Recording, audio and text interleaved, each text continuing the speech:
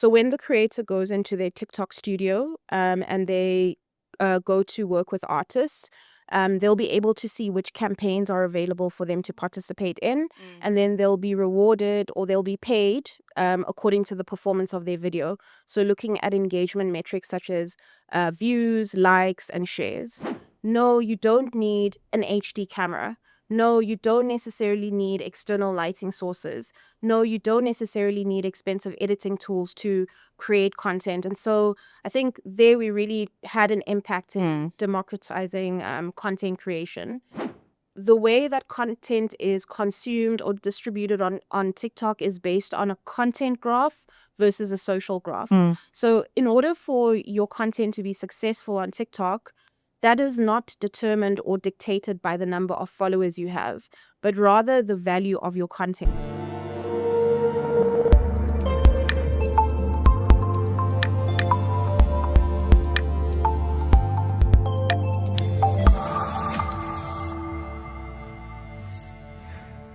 Welcome to another episode of ITWeb TV with Make and Signing Kwashu, social media content creator and portals journalist at ITWeb.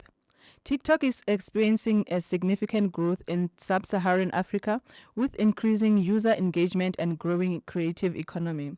While the TikTok Creator Fund is not available in South Africa, there are alternative ways for South African TikTok creators to monetize their content. To discuss this further, we are joined in studio by Bonisa Sidaba, Head of Content Operations at TikTok in Sub-Saharan Africa. Welcome, Boniswa. Thank you for joining us. Thank you so much, Nganzani. Thank you for having me. Monetization for African content creators has been a hot topic since the beginning of the year. Where are we with regards to that?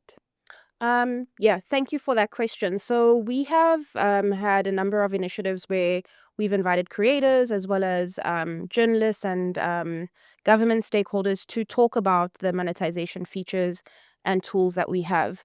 I think something that we picked up is that there was I would say, a misunderstanding around what monetization on TikTok looks like. And what monetization on TikTok looks like is that we have a suite of monetization tools that are available to content creators. These tools allow them to be rewarded for their creativity on the platform. And these tools are available across markets in sub-Saharan Africa. So just to name a few, we have the live gifting tool, which many creators across Africa can make use of, from Botswana to South Africa to Nigeria to Sierra Leone. Then we have another tool called subscription, which allows a creator that goes live on video and a creator that creates video content to monetize their content as well. And then some other tools we have available are work with artists. We have another tool called the Effect Creator Rewards Program. So that's the offering we have, and we felt that it was very important to start with essentially educating creators about what is available to them, because we found that many creators did not know. What has come up often is a question around the Creator Rewards Program, which is currently not available in any markets in sub-Saharan Africa. It's only available in 7 markets across the world. And I think the important thing to emphasize there is that we don't take a one-size-fits-all approach to anything we roll out at TikTok. So an example that I would like to make is in 2021, we launched a program called Rising Voices, where we basically identified 100 creators. It was through a call out, so creators could apply, they could submit their entries. We selected 100 creators to go through a boot camp or a series of boot camps with industry professionals, TikTok speakers. It was in partnership with the National Film and Video Foundation in South Africa. And at the end of that boot camp or program, we selected 10 creators who received a grant. And they all received cash, like hard cash. They received cash grants. That's an example of a program that was only available to creators in sub-Saharan Africa, not available to creators anywhere else in the world. And so that's an example of how at TikTok we don't take a one-size-fits-all approach to monetization or products that roll out. Okay. Do you mind sharing more about what working with artists is? Yes. So Work with Artists is a tool that allows the musician to work with creators or partner with creators to promote their music. So as part of the ByteDance world, we have a product called SoundOn. And SoundOn is a distribution platform. It's a distribution platform rather. So it allows musicians to distribute their music. The business will then identify sounds that show a lot of potential, and they will partner with those artists to make their sounds go viral or to just give those sounds an additional push. So what happens is those sounds are selected, campaigns are created around those sounds. So it could be, for example, a food campaign that's created to boost this particular sound. So when the creator goes into their TikTok studio and they go to work with artists, they'll be able to see which campaigns are available for them to participate in, and then they'll be rewarded or they'll be paid according to the performance of their video. So looking at engagement metrics such as views, likes, and shares. Do you need to have a certain number of followers for you to benefit from the monetization program? Yes, so they do all have an eligibility criteria. Some of them, the eligibility in terms of following is lower, some a bit higher. So with Work with Artists, you only need to have 1,000 followers. I am eligible for Work with Artists. I've not tried it yet, but yeah, I'm eligible for Work with Artists. Live gifting as well. You only need to have 1,000 followers.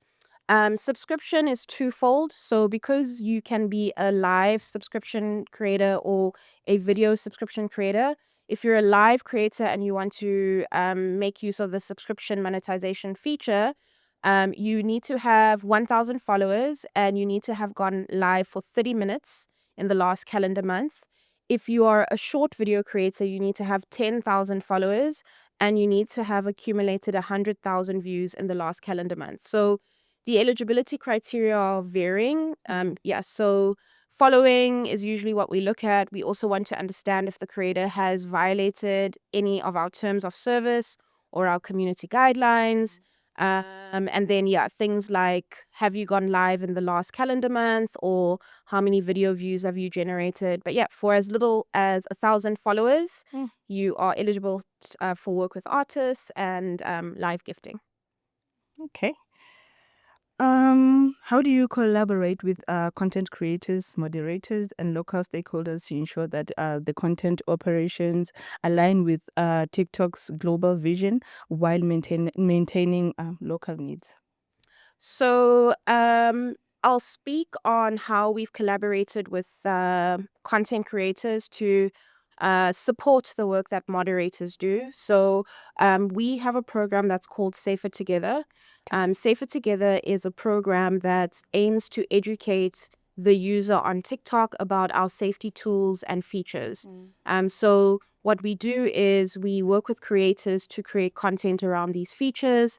Our most recent edition of the Safer Together program, what we decided to do was we decided to expand the program by creating more vernacular content. So we worked with creators in Nigeria who created content in Yoruba, Igbo, and Hausa. In Kenya, we worked with creators who created content in Swahili, Kiswahili. And then in South Africa, we worked with creators who created content in Isulu, and as well as Afrikaans and English. So that's one way in which we think about the needs around users on the platform, and we kind of like identify what some of the challenges are when it comes to understanding or making use of some of our safety features, our safety tools. And so we came up with that program to basically drive user education, to ensure that users have a better understanding of our safety tools. I think from a creator perspective, so everything we do is deeply rooted in user needs in our local markets. So one of our biggest moments and our priority moments is Africa Month. So Africa Day is on the 25th of May, but for at least the last 3 to 5 years, we have focused on Africa Month as a big priority moment for us. So this year, what we did for Africa Month is we had a special feature within our program called a post campaign, where we basically awarded users for the content that they were creating. So all you had to do was kind of like read the instructions, post a video, and then there was a chance for you to get some cash incentives.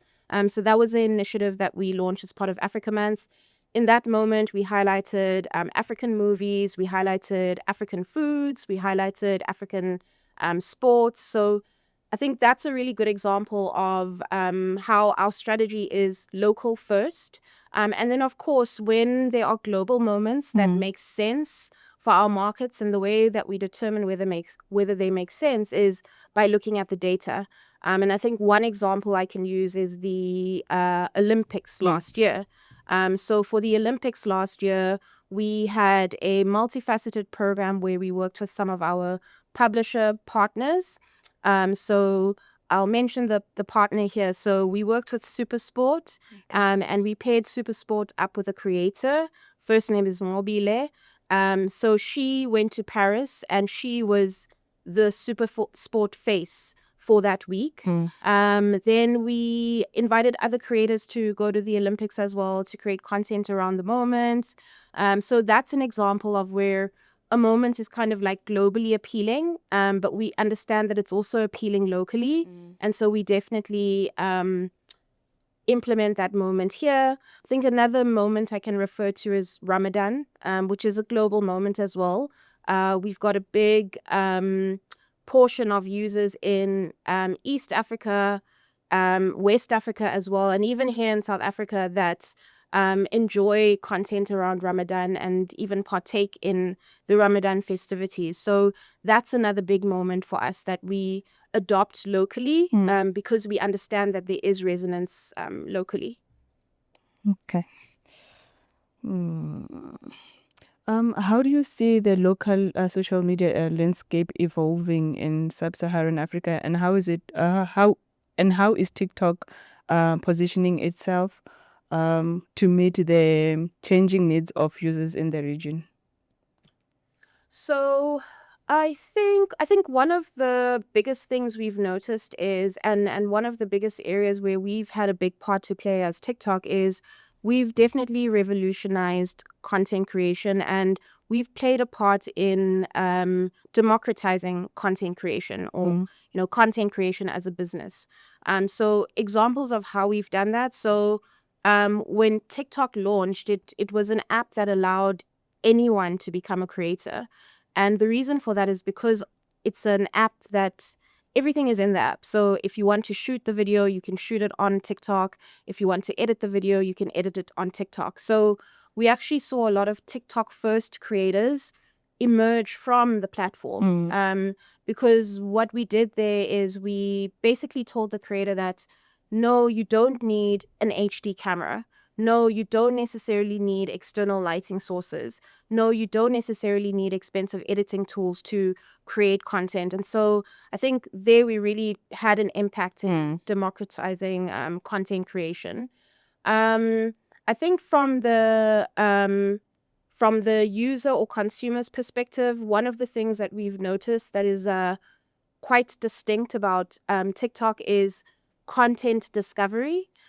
So because of the algorithm we have that is driven by understanding user preferences, so the algorithm pays attention to what someone likes, what someone shares, how long someone watches a video, whether that video has a trending sound, whether the video has a hashtag. Once the algorithm understands those things, so it understands, if you like that video, if you shared that video, it begins to serve more of that content to you. And what that has created is that everyone on TikTok has a personalized For You feed. So I think in terms of content discovery, it's been a really powerful tool in helping people discover things that they didn't even know they wanted to know. We have many examples of people saying that they discovered a song on TikTok for the first time, or they discovered a movie or a book. I'm one of them. On TikTok for the first time. Which is why we have programs such as What to Watch, which is why we have programs such as Book Talk. So from a content discovery perspective, I think because we have such a strong algorithm, I think we've definitely changed the game in terms of like the realm of digital content. The other thing is that we actually see ourselves as a video entertainment platform instead of a social media platform. The reason for that is because um, the way that content is consumed or distributed on TikTok is based on a content graph versus a social graph. So in order for your content to be successful on TikTok, that is not determined or dictated by the number of followers you have, but rather the value of your content. So going back to the initial points I mentioned around the algorithm, if your video is good enough to trigger likes, if your video is good enough to trigger engagement, comments, shares, if your video is good enough for someone to watch it from the beginning to the end, that tells the algorithm that that video is successful, and that is how videos actually go viral on TikTok. So I think that's another one. Yeah, we distribute content, or the product distributes content based on a content graph versus a social graph. And then I think even from a small business perspective, we've had many small businesses that have been discovered on TikTok.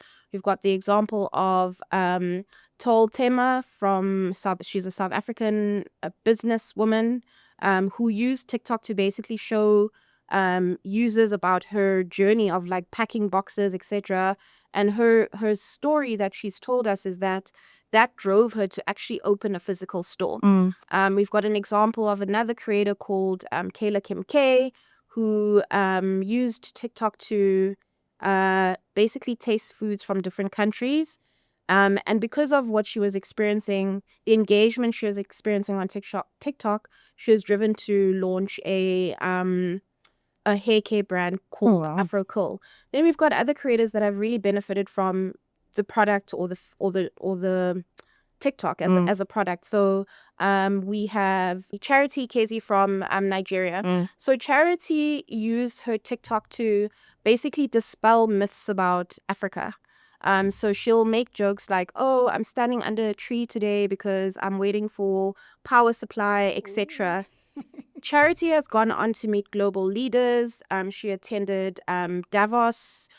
So, yeah, I think these are ways in which TikTok has really played a part in revolutionizing content creation, the digital content creation ecosystem.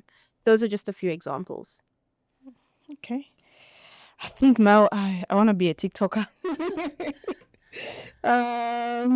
What opportunities and challenges do you see on the horizon for content operations in sub-Saharan Africa? And how is TikTok preparing to address them? So I think for us, one of the biggest challenges as well as opportunities we've identified is that as much as TikTok launched officially in 2018 and is 7 years old, I think it's still a relatively new concept. We see this in so many discussions with a lot of our partners. So many people are always hungry to understand more about the platform. And so I think that's a challenge because the product is, not to sound biased, but the product is a really good product. It's revolutionized so many things. So, for example, the fact that it's a all-in-one content creation tool that can help you, create content, the programs that we've had with creators, the partnerships that we've had with stakeholders. I think there's so much we've done. I think we maybe have not done enough work for people to know that there's so much we have done.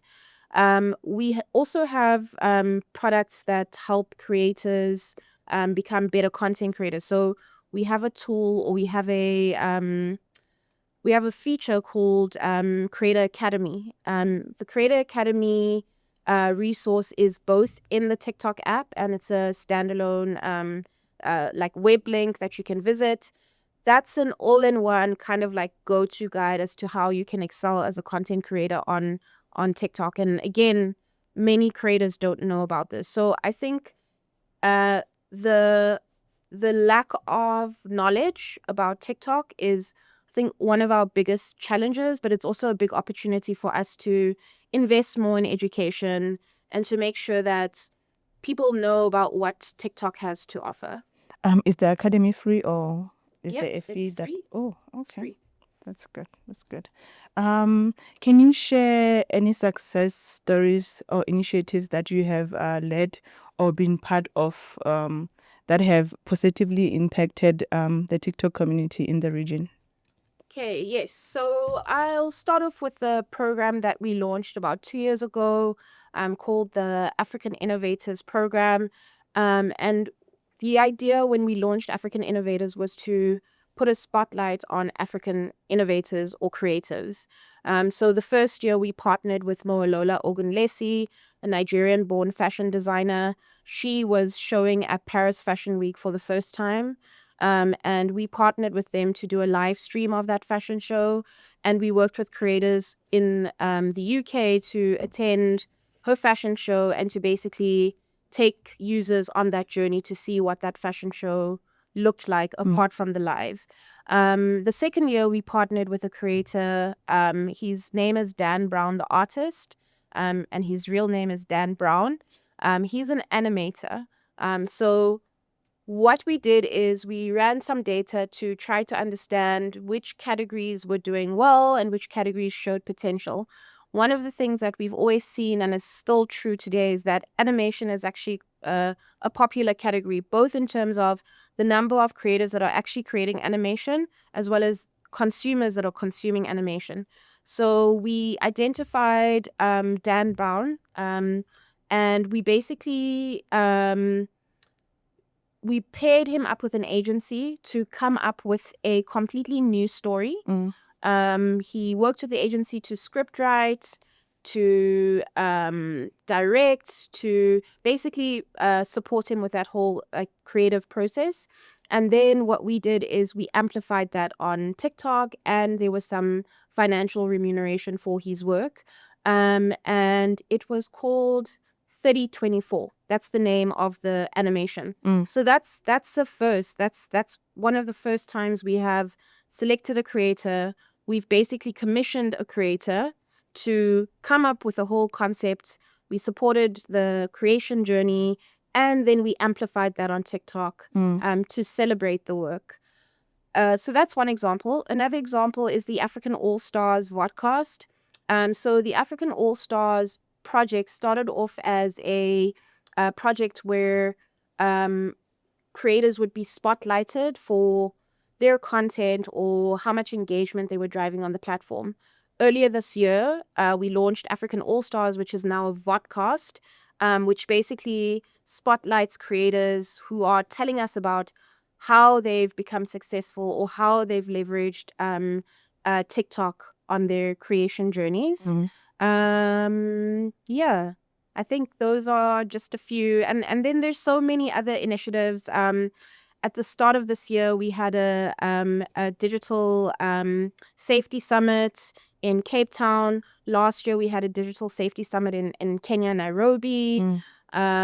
We just had a digital well-being summit not too long ago, I think about a month ago. So there's so many initiatives that I think have had a positive impact on the community. And we're definitely looking forward to continuing to do more of those. Okay.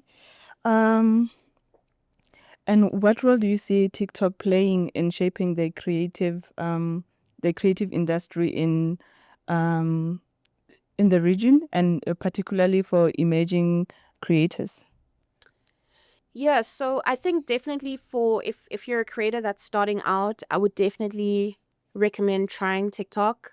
And feel free to let us know what your experience was like. But we've got so many examples of creators that actually started their journey on the platform and have now become some of our biggest stars.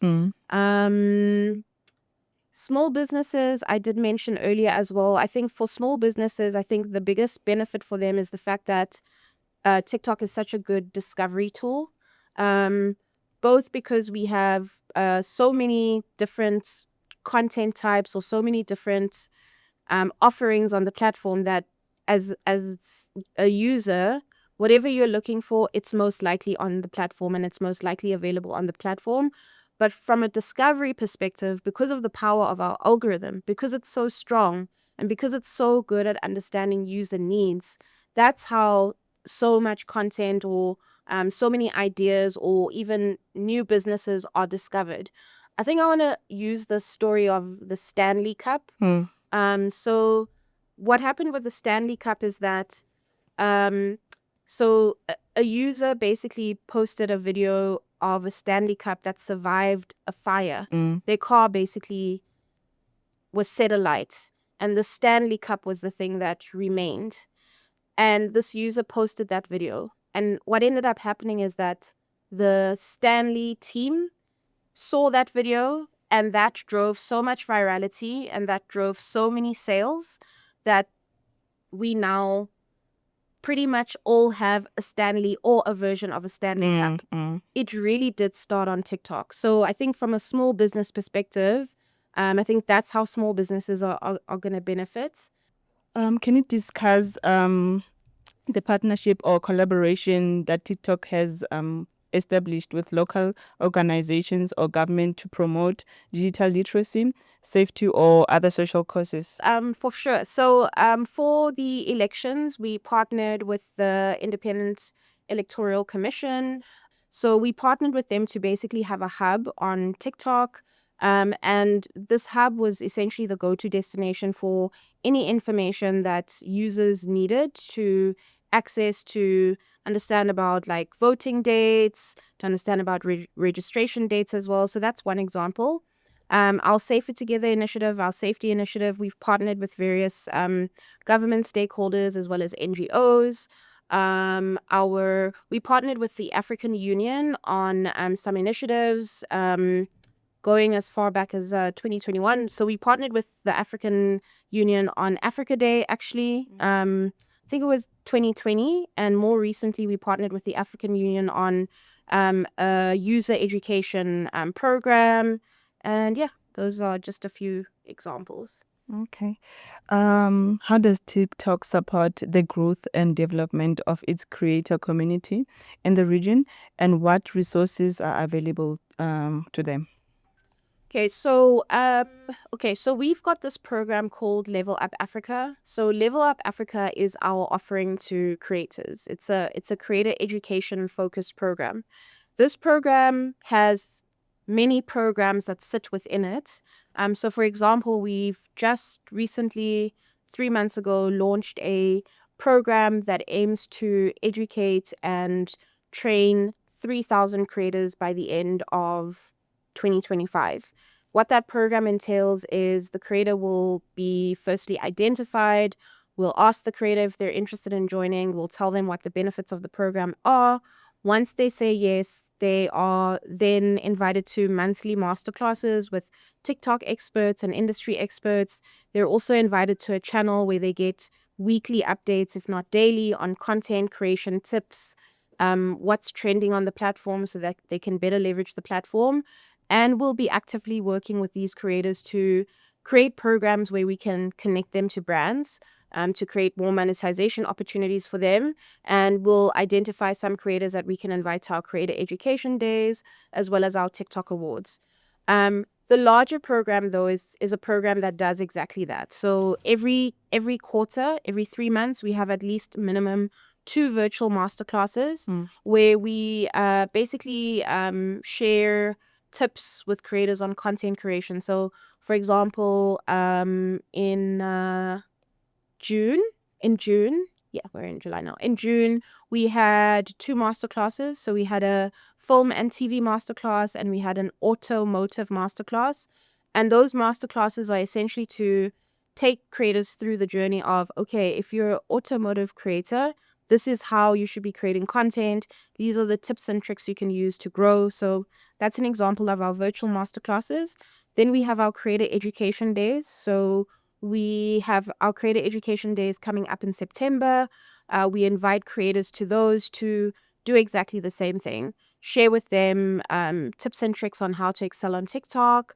We invite industry professionals. We try to create opportunities to connect them to brands as well. And then we celebrate creators as well. So we have our annual TikTok Awards event, which is a moment that's dedicated specifically to acknowledging and celebrating creators. The creators that end up winning are voted for by the people on TikTok. And yeah, I think that's really like the the core work that we do to celebrate creators. It's through our Level Up Africa program. Part of that is we ensure that we are finding ways to connect creators to brands, and then we can improve or accelerate their opportunity to monetize their content as well. Well, is the masterclass free? Don't mind me. I like free things. Yes, it is free. The masterclasses are free. Okay. Yes. Okay. Um, as we wrap up, do you think I left out something that you would like our viewers to know? Um, I think I would say if you haven't yet used TikTok, I would definitely just try it. Because my mom is on TikTok. It took her some time, and I think she's on TikTok more than I am. She sends me more TikTok videos than I would send her. And the reason I'm using that example is just to showcase how there's a seat at the table for everyone on TikTok. Whether you're into plants, whether you're into food, whether you're into animals, whether you love family content, whether you love film, TV content, whether you love sports content, whether you're into hair, whether you're into DIY, there is a place for everyone on TikTok. So from a user perspective, I think um uh don't feel like, oh, it's another platform that I need to manage. It's less about coming to TikTok to check this one, what's this one doing, what's that do what is that one doing. The experience on TikTok is more for content consumption, or just like watching or discovering content or content creators that you love.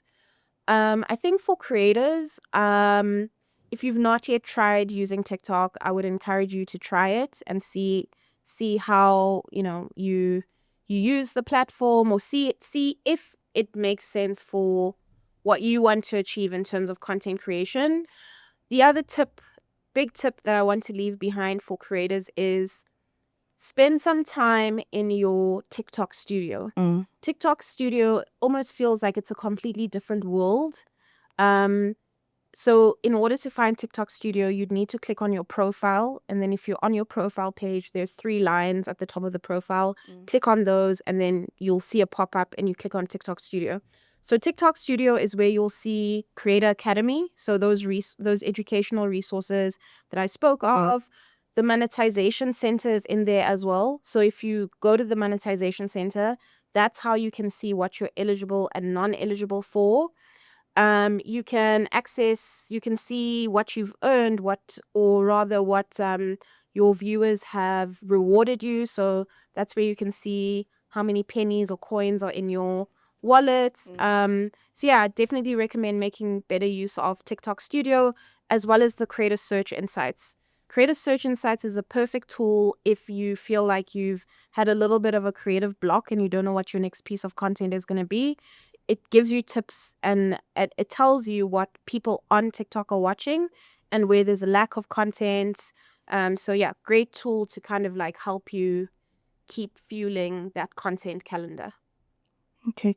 And as much as you say TikTok is not a social media platform, do you how do you think it's doing when comparing it to other social media platforms like your Instagram, Facebook? So what I can share is that TikTok was the most downloaded app of 2024.